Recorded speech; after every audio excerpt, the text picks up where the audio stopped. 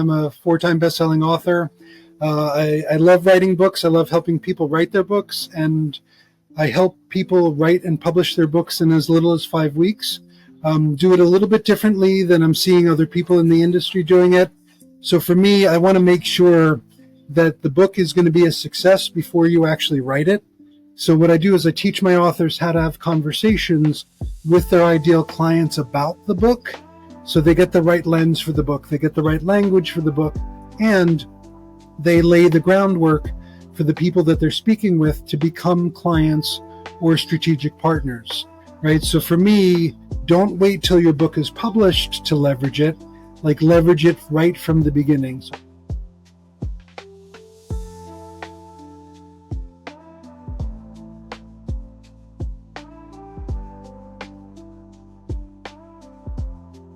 Welcome to Unlock Potential, where we dive deep into the journey of those who are reshaping the world of entrepreneurship. I'm your host, Kevin Raphael.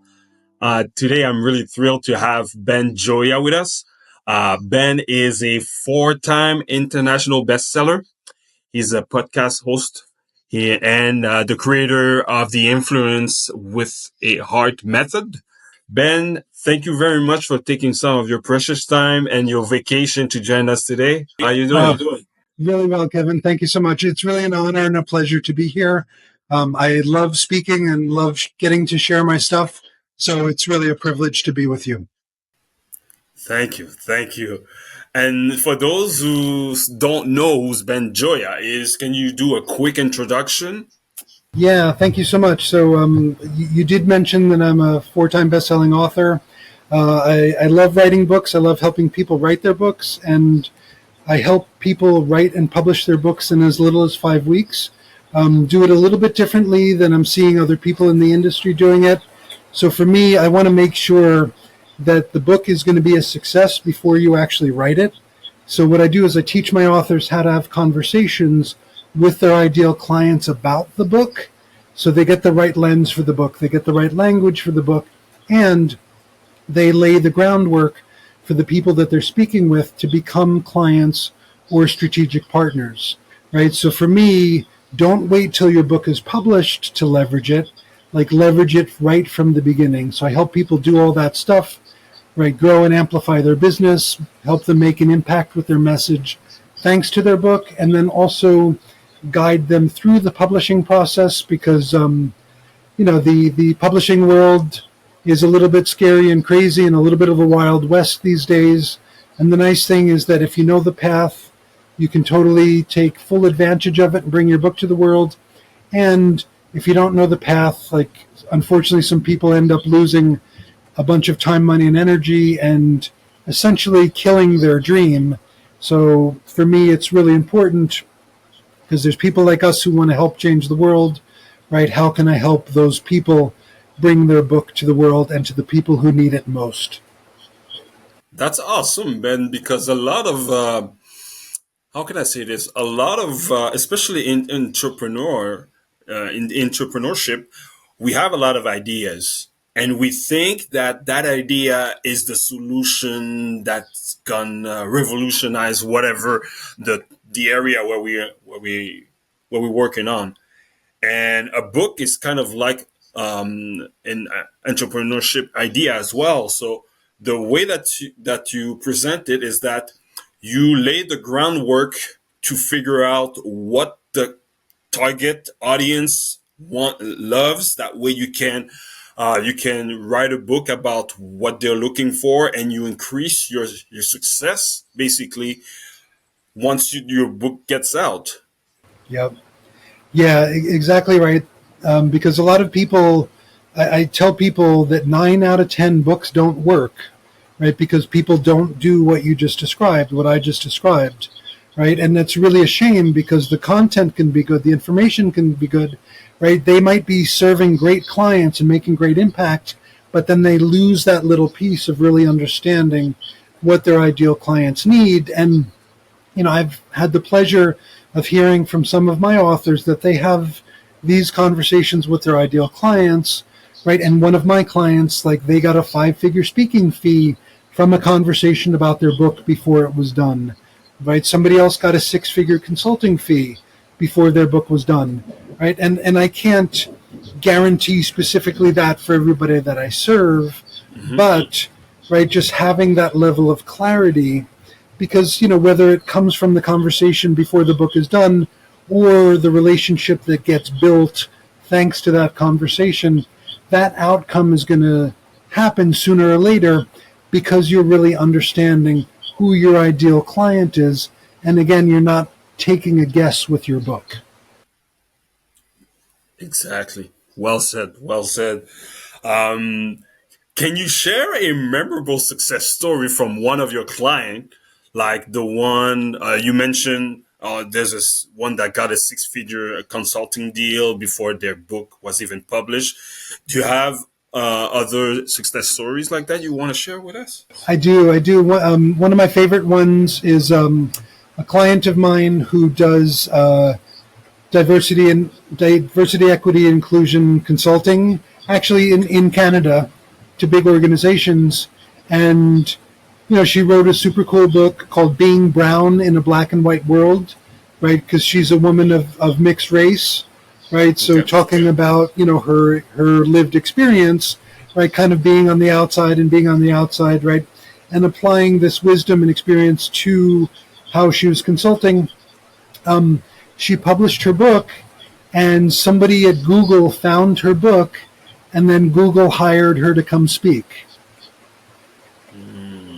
That was really, really cool. And she had no relationship with Google, didn't know anybody. They found her, and I was like, yeah. Really cool. That's really cool. Yeah.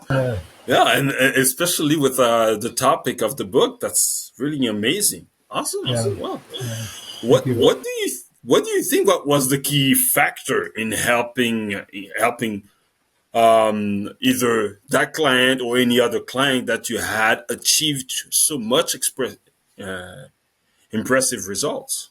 Yeah, thank you.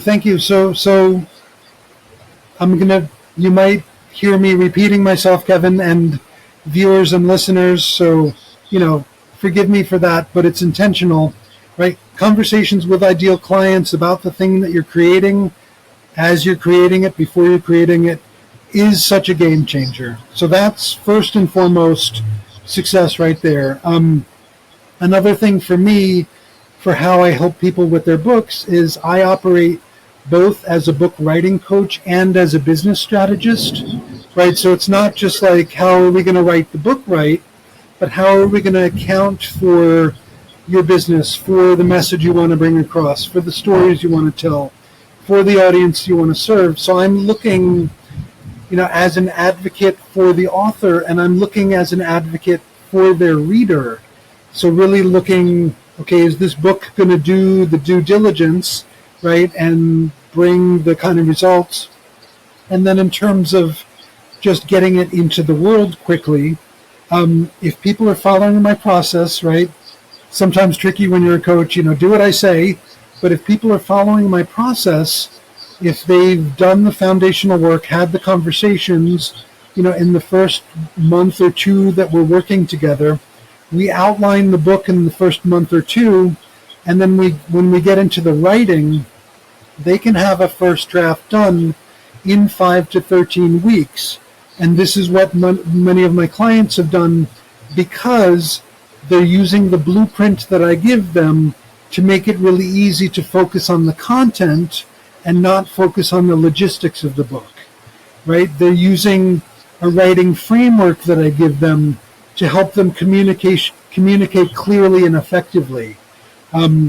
They are using dictation as part of the process to get their ideas started, sometimes to do whole sections, because, Kevin, I don't know if you know this, but when you speak about something in 4 minutes, you can speak 600 words, right? So 600 words in 4 minutes, 600 words is 2.5% of a 25,000 word book, right? So if you think about it, and I don't specifically recommend this exactly, but if you think about it, you can dictate an entire book in just over 2 hours. Hmm. right? And the reason why I don't recommend this is because it is still a book, right? It takes time to develop the ideas. It takes time Yeah. to integrate the understanding from the conversations. It takes time to bring the wisdom that you are garnering from serving your clients back to your book, right? So dictating is can help move things forward and dictate a piece at a time, right? Dictate a little bit, do some of your work, do some more outlining, go help a client, go take a shower, go take a walk, skip a day of writing, come back again, dictate another section, write some stuff, right? Because books need to be developed even when they're being done quickly, because sometimes, even if we have the whole outline, and sometimes even if we know everything that we're going to say, Hmm. we end up in the shower or taking a walk, and suddenly it's like, aha, there's that whole other thing that I didn't think of before. Or we Hmm. talk to a client, and a client is like, I'm really struggling with this. And you're like, aha, that's really important to address in the book. So a book is a living and dynamic entity. And, although we want to get it done quickly and bring it to the world so we can help more people, we do need a little bit of evolution and development space in those 5 to 13 weeks. Hmm. Okay. Okay. Yeah. Okay.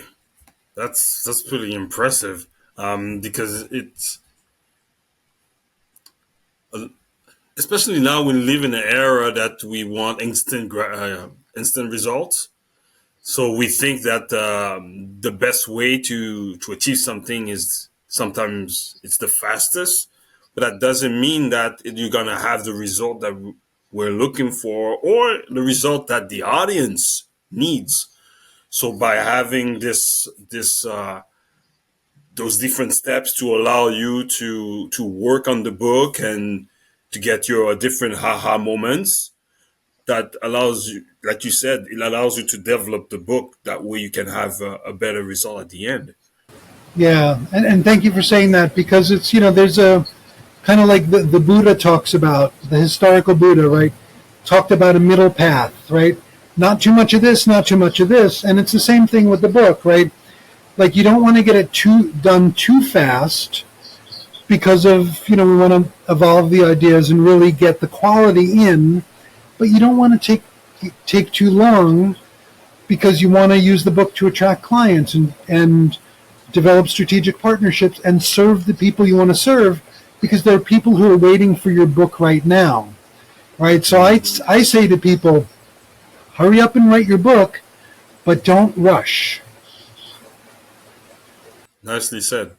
right? Nicely said. Hurry up, but don't rush. Yeah, yeah, Yeah, yeah. right. Just bringing that different kind of energy, because Hmm. when we're in the flow, right, we can be cranking, but we're not pushing, right? Like if we're trying to force things, then we get into trouble. But it's like, Yeah, hey, I yeah. can move forward quickly, but I can do it calmly. And I teach my authors a smiling meditation, right? Make sure you're smiling as much as possible.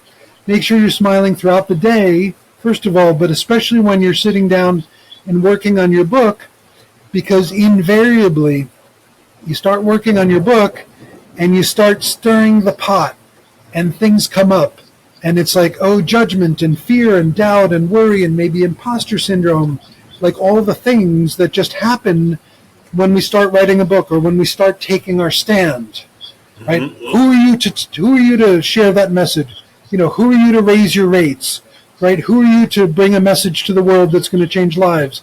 And you're like, well, wait a minute, you know, I'm me, first of all, I'm worth it. And number two is that it's not about me, right? Like, yeah, it's my book. Yeah, it's your book. But ultimately, we write books and we do the work we do for the people that we're serving. And that often is a beautiful way to get out of our own way. Take a breath, take a smile. Okay, I feel that fear. I feel that concern. Let me just relax. Let me not get involved in that story. Let me get back to the book because there are people who need help. No, that's awesome. Because especially me, I'm a task oriented kind of guy. So when I get into the task, I'm fully focused, and it shows up on my face. A lot of people think that I'm mad, that I'm pissed. No, it's just that I'm focused on what I'm doing. But what you said, the smiling method, that's really good, because it allows you to put some more emotion into what you're doing, and that's so true. Especially that helps whenever whoever has to write something, you get that white page syndrome, that you don't know what to write. And you mentioned also the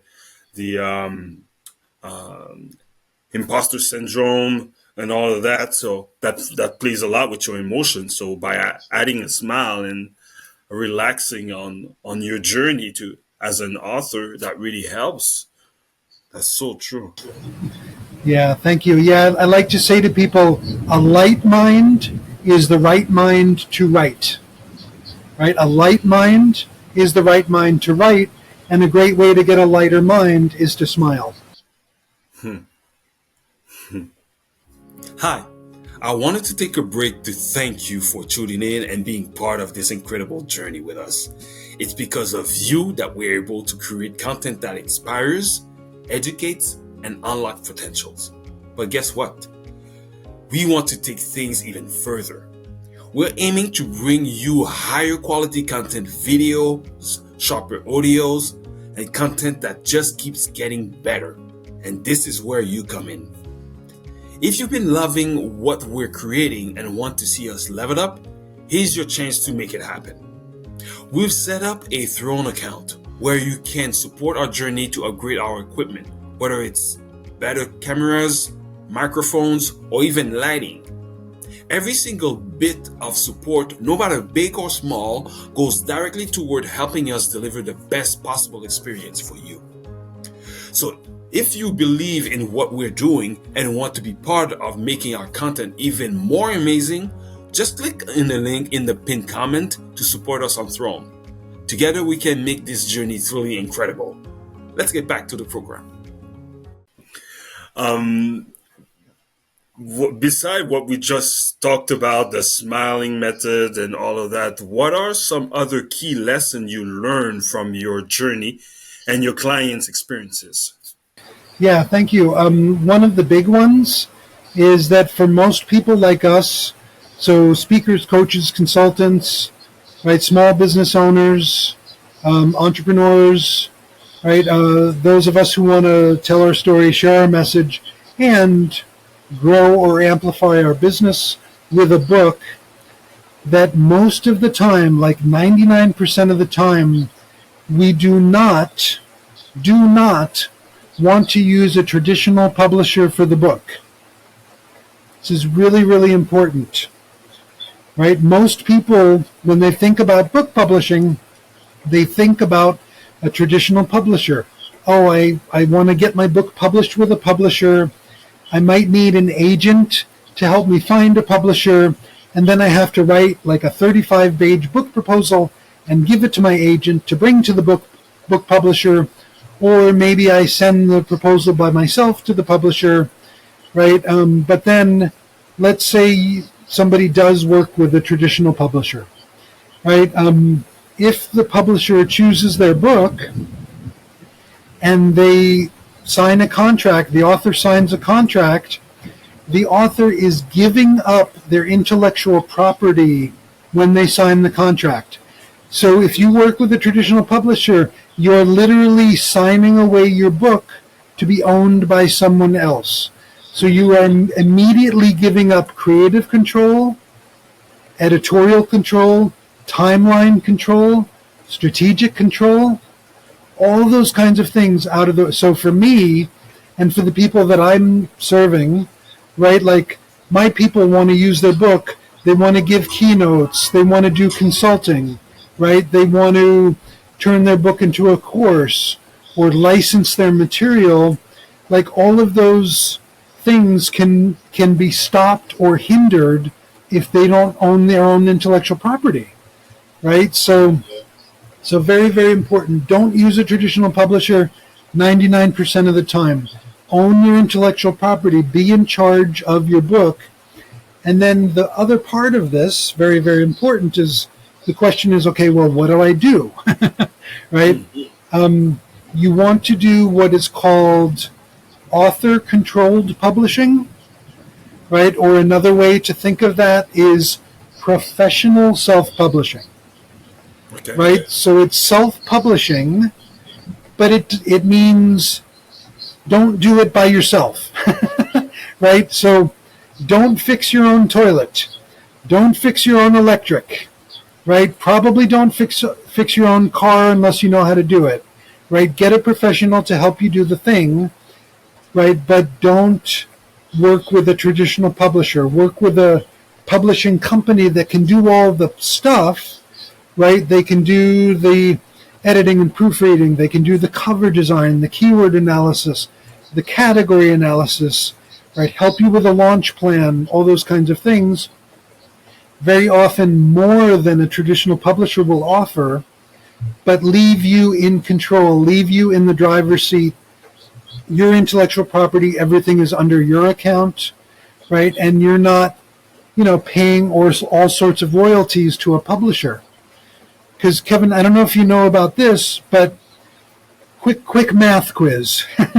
You're like, oh no, a math quiz, right? If you're using a traditional publisher, how many books do you think you have to sell to make $100,000? Okay, so if I understand your question, you want to know how many book does an author has to sell so they can get $100,000?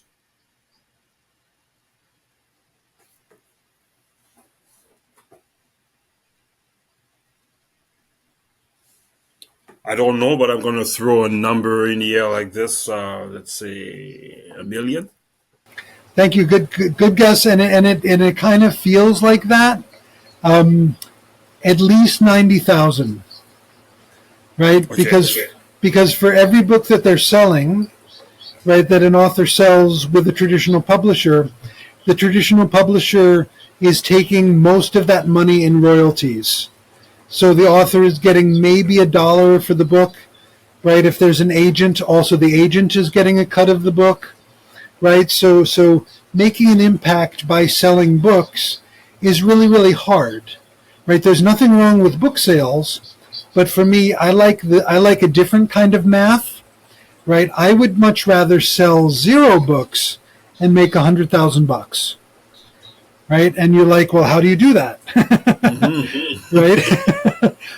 The way you do that is you self-publish your book, you professionally self-publish your book, and then you get your book into the hands of 1 to 5 to 10 people who can pay you $100,000 because they become your clients, right? So instead of me having to find 90,000 people who are going to buy my book, I just need to find 1 to 5 to 10 people who can hire me for my services, but they know to hire me for my services because I sent them a copy of my book. I started the conversation with my book. I used my book to develop relationships with them, and sometimes I even used the book to develop relationships with them before I wrote the book because I was having conversations with them about the book. Does that make sense? Okay.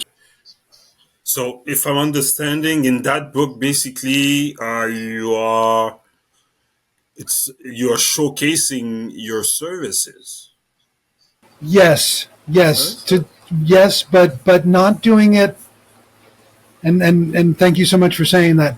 You're showcasing your services, but not doing it in a heavy-handed way, right? Not writing a book to sell the things, right? You're writing a book to help your ideal clients see what's possible in the area in which you serve, right? So I write a book about, I write a book that shows my clients how to write a book and how to leverage their book to make a bigger impact and how to write a book real fast. Most of the focus of my book is not specifically on my services, but it's showing my authors, hey, yes, you can get a book done quickly. Hey, yes, this is the right way to do publishing, to maximize your success at a low cost.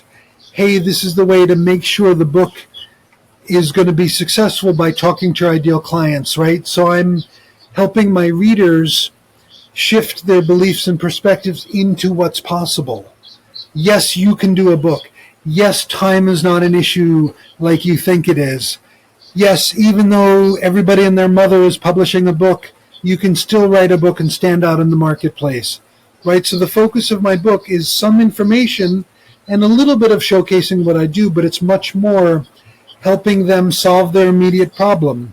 Like, yes, you, as a speaker, you need a book. Yes, you can get it done quickly. You, as a consultant, you need a book. Yes, you can get it done quickly, get it done high quality, get it done on your own terms. So that's where I'm focused with my book, right? So, we're not writing textbooks here. We're using our books to tell our story, share our message, help more people, and to show our ideal clients what's possible. Because if they don't think it's possible, no matter what that we tell them isn't going to matter. That's a really good way to look at it, and maximizing your book at the end. Yeah, that's so good, Ben. Um, it's running right there. I understand. I totally understand. I'm that guy. Sometimes I say to people, I start talking and then I go, and then I realize it's because I had 8 ideas and I have one mouth, right? And they all try to come out at the same time. Oh wow, that's so. That I'm having new perspective and new Cool. ideas as we talk regarding Cool. different things. Cool. I'm gonna go in another direction, Ben. I am a specialist into create social media content. And do you have an example of something that you tried that was new for you on social media that you applied and that you got an amazing result, or better that you thought you would have? Yeah. Thank you. So a couple of different things. So using LinkedIn has been amazing for years. I mean, some of it is because of business development, but even more so because I get to meet new amazing people like such as yourself almost every day, right? So like when I'm looking at the world and I'm going, Hello, Ben. Oh, I'm still here. Are you there? It looked like we just. Yep. Okay. It looks like we just had a the last part that I heard was you were explaining how you were using LinkedIn before it started cutting out. Yep. Thank you. So LinkedIn, of course, is wonderful for business development and clients and partnerships. But for me, even more foundationally, like we live in a world that's pretty crazy, if you haven't noticed, and all sorts of like hard, rough things are happening for a lot of people. And then, so I'll see the news and the news is terrifying, but then I'll get on LinkedIn and I'll meet new people every day, and I'll meet somebody and I'm like, oh my God, you're doing something amazing in the world and you're helping over here. And then I meet somebody else over here and I'm like, wow, this is amazing. So for me, first and foremost, like I get inspiration and hope first and foremost from LinkedIn and meeting people. And then from there, if I can figure out a way to collaborate or serve them or make a referral or whatever, like I want to come from service first, and LinkedIn is a beautiful place to do that. So that's kind of the, under the hood strategy, right? Just like service, and, we find our right people, we align with our right people. And then, from an outward perspective, I'm working with a service provider who's helping me, get more reach and exposure on LinkedIn, which is real cool. So I've totally upped my content game. So I publish a high quality piece of content 5 days a week, most weeks. Like I was on vacation last week, so I didn't, but most weeks, 5 days a week. And then he helps me get that in front of more eyeballs. And that's been real cool because, I'm able to just serve people more broadly because he's helping me reach more people. And then as a result, I'm getting, more likes, more engagement. I can interact more, right? And then more and more people are booking calls with me. Some of them to talk about how can I help them with their book. Some of them to talk about just how can we maybe collaborate. Some of them are just like, hey, you look like a cool dude, and we're aligned for what we think about business or how we want to help the world. Like, let's just talk and see what's possible. And at the very least, I end up talking to people and just having like wonderful, nourishing conversations, right? Because like I'm working out of home, you're probably working out of home, right? Many of the listeners and viewers are working out of home or doing our things. Like it's the lonely path of the entrepreneur, right? And the more opportunity we get to interact with, other amazing human beings, right? Like our game gets better, their game gets better, and we inspire, we support. And on those days when, sometimes I get on a call with somebody or somebody gets on with me and I'm like, how you doing? And they're like, I'm having a tough day. I know we just met, but I got to say, I'm having a tough day. And I'm like, you know what? I get it. Even if you don't tell me what it is, I get it. Right. And, this is, I think we're all partially insane for being entrepreneurs, but, what else could we do?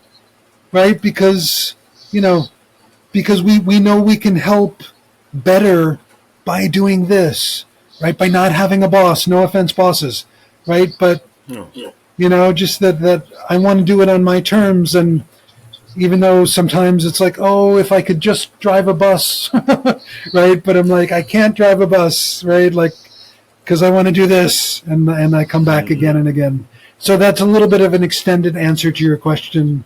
But basically, LinkedIn content and relationships is the summary of all of what I just said.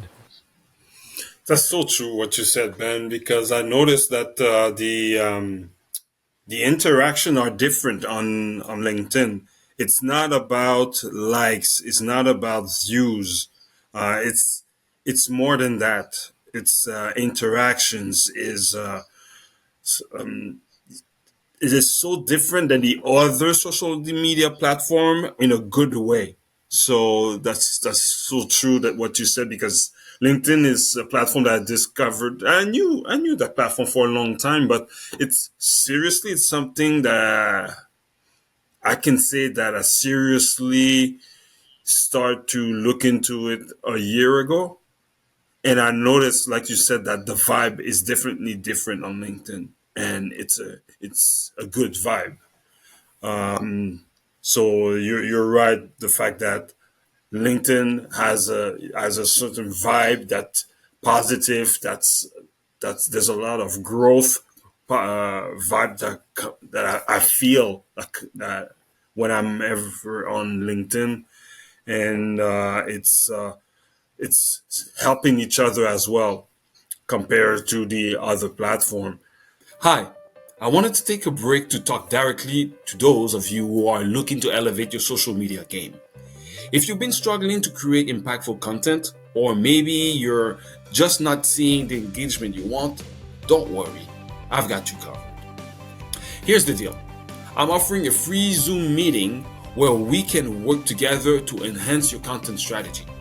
Whether you're trying to boost your engagement, grow your followers, or simply make your post stand out, I'm here to help you make it happen. Think about it. One Zoom session could be the turning point that takes your social media presence to the next level. You and I will dig into what's working, what's not, and tailor strategies that fits your brand and goals. So, if you're ready to up your content game, all you have to do is to click the link in the pinned comment and schedule your free Zoom session now. It's that easy. Let's turn those social media struggles into success stories. Don't wait. Take action today and let's get your content to stand out in the crowd. I'm excited to see you on the other side of this Zoom meeting. Let's get back to the program. Earlier, Ben, you mentioned meditation, and I wanted to know how is spirituality important for you, and if it is, how are you able to manage all the tasks that you do in your life to fit spirituality there to help you succeed and achieve what you're looking for. Yeah, thank you very much. So spirituality is super important for me, and it's not so much fitting spirituality, more like it's just foundational in my experience, and just quick backstory of how I got here, so to speak. I was raised Catholic, raised in the church, and it just didn't work for me the way I grew up with it, and then had the experience of for about a decade and a half doing like way too many drugs and partying too much, but never seeing that it was a real problem because I was really successful in my career and I'm getting raises and promotions and I helped launch the world's biggest magazine, right? Like, drug problem, I don't have a drug problem, right? But then, after a while, of course, it catches up to you. So I had an experience of traveling to India, and in the space of 72 hours, I faced death like 4 times in a row, right? Yeah, 4 times. Yep, like bus almost going off the cliff, running from a wildfire, encountering a poisonous snake, and then encountering a mountain lion.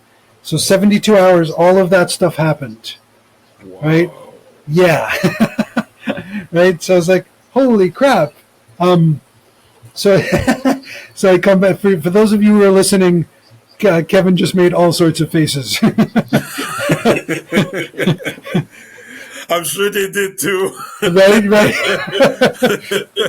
Totally. And so I come back from that, or I get through that experience, and I have like, huge gratitude for life like never before, and much more like galvanized experience of like, I want to serve, I want to help, the world, like everything, people need help, right? No doubt, right?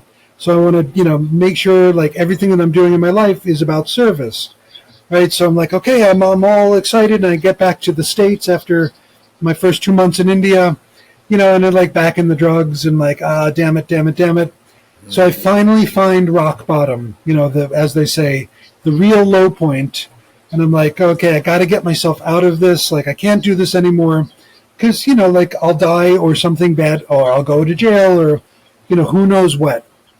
My jobs suck, my relationships suck, all the things. I'm like, what can I do? And I look up to the sky. I'm like, I just want to be free. This is what I say. And then I'm like, oh, I'm going to go back to India, right? So I go back to India because I'm a crazy person. I go back to India and I end up doing a 9-day hike through the Himalayas, among other things. I did some volunteering, I do some meditation, but before the meditation, I do a 9-day hike through the Himalayas. But silly man, who used to do a lot of drugs, forgot to get new hiking boots for India. So I'm in India and I have these really like very smooth soled boots that I'm going to fall down and break my neck if I try to hike, right? So I go running around to the stores in India. I'm like, in northern India. I'm like, does anybody have a size 13 American shoe? Like, like 47 European size. And they're all just laughing at me. They're like, nope, we don't. So I'm like, oh no, what do I do? So I find a cobbler on the street, right? Somebody who can fix my shoes. I'm like, what can you do? And he's like, I can fix your shoes. I'm going to replace the soles with airplane tire rubber. And I'm like, airplane tire rubber, you can do that? And he's like, totally. So I give him the shoes. I come back the next day, and I have these perfect brand new soles made from airplane tire rubber. And I'm like, wow, thank you so much. How much do I owe you? And he says, wait, before you pay me, let me fix these other things. Come back tomorrow and pay for the whole thing. And I'm like, no problem.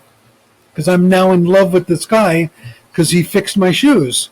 I come back the next day, the shoes look great, but I didn't realize that when he fixed the shoes, there's a little bit of glue and a little bit of fabric in the back of the boots where the boots touch my Achilles tendons, right? So as soon as I start hiking, I don't realize it. I start developing blisters on my Achilles tendons, and by lunchtime of the first day of a 9-day trek, so I'm getting ready to hike for 9 days, 6 to 8 hours a day, every other day going from 12,000 feet to 16,000 feet over a high pass on a mountain, and I have blisters on my Achilles tendons on the first day. Right? Again, Yeah. Kevin is making faces, right? And I can't go backwards at this point. Like, the only thing I can do is do the hike. And every single step is ow, ow, ow. And it's the physical pain. And then it's all the mental pain, all the suffering. Because I'm like, you idiot, you jerk. How could you be so stupid? Why did you know what I mean? So my whole, like, I'm really giving myself a hard time. So I have physical pain and I have mental and emotional suffering, right? For like 6 days, I'm having a miserable experience, right? Ow, ow, ow, ow. Day 6, I'm walking, I'm hiking, and it still hurts. It hurts like hell, but I'm looking at the mountains around me, and I'm like, wow, everything is so beautiful. Why is everything so beautiful? I'm not on drugs. Why is everything so extra beautiful? And I was like, oh, for the past 5 days, for the first time in my life, I basically spent, or 6 days, I spent all 6 days basically in the present moment because of every single painful footstep kept pulling me back into the present moment. So suddenly, where before in my life I'm either living in the future or living in the past, suddenly I'm living in the present because of ow, ow, ow, ow, ow. And I realize the power of the present moment and why all these spiritual teachers, why the Buddha talks so much about the present moment. I was like, oh, this is it. You know, Eckhart Tolle, why he talks about the power of now is because everything, you know, this, like all the, you know, life, success, joy, healing, all the stuff happens right now. And, you know, when you realize that, or what I realized was that to be in the present moment, but there's also a difference between pain and suffering, right? Pain is an experience we're going to have physically or mentally or emotionally or spiritually, like that's part of being a human, but the suffering is all the stuff we add on to it. Oh, poor me, and I'm worried about this thing, and what about this, and how am I going to pay for my kids' college, and, you know, whatever. All of that is all the stuff we add on. And I realized that the pain is part of life, the suffering is optional. Right? Not always easy to make it optional, but the suffering ultimately is optional. And then I realized when I figured out to help people with their books, I was like, wow, I can help them take the suffering out of the book writing and get them to smile, get them to relax, help them keep that light mind. And when they feel the tension, relax and smile and breathe and go back to the writing or the dictating or whatever it is. And then the whole writing experience, you don't have to become an alcoholic to write a good book, right? All the things that, you know, people used to think you had to do. You don't have to suffer for your book, right? Like, who wants to do that? Nobody. No. Right.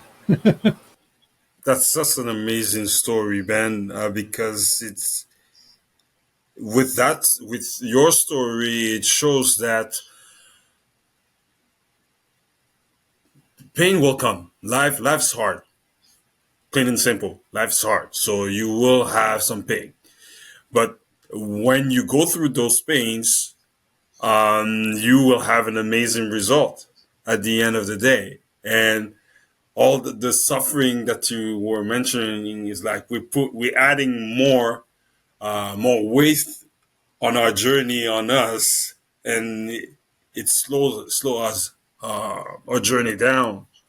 So by working on not adding more suffering and focusing on the objective at the end of the day, that helps you go through those challenges to be able to reach what you're looking for and often exceed what you were expecting on your journey.